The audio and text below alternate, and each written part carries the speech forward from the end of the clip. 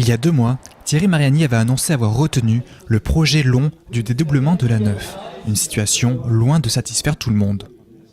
Je suis opposé au projet long, que ce soit bien clair, qui monte à 23 km, c'est-à-dire de part et d'autre, qui aille après Bayargues et qui aille après Saint-Jean-de-Védas.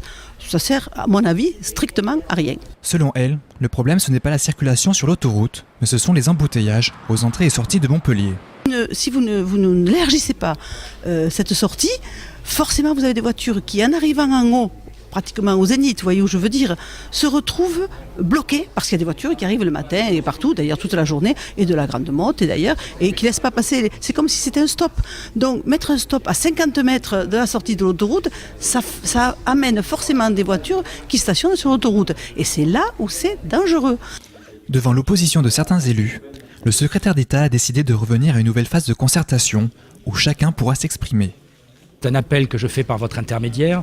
Chacun peut donner son avis. Cela se fait de manière très claire et très encadrée avec une personne qui est nommée par la Commission nationale du débat public pour garantir l'impartialité. À l'issue de cette procédure qui se terminera aux alentours du 14 juillet, un choix sera décidé. Mi-septembre, Thierry Mariani a promis d'annoncer une décision définitive. Mais après 10 ans d'attente, certains en doutent toujours. Et pourtant, ces aménagements semblent plus que nécessaires à l'heure où la sécurité routière est mise en avant.